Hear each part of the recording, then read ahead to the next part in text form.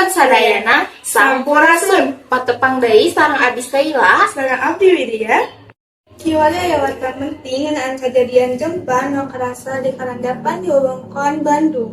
Tuyu jeung informasi ti BMKG, gempa eta boga skala magnitudo 3,2 sarta karasa di sababaraha tempat.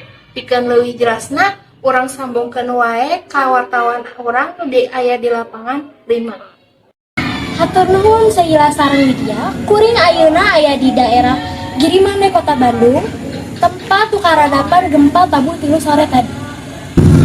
Gempa karasa salila 5 detik.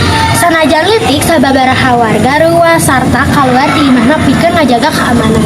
Tapi nepi ka ayeuna tacan aya laporan karusakan atanapi korban.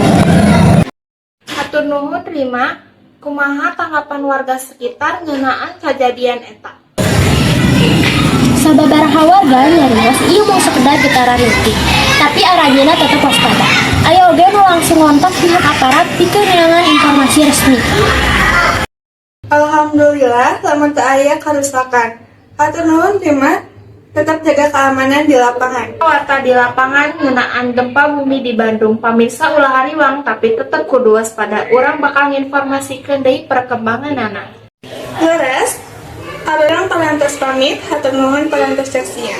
Wilujeng beraktivitas, wilujeng sunten, Urip Sunda.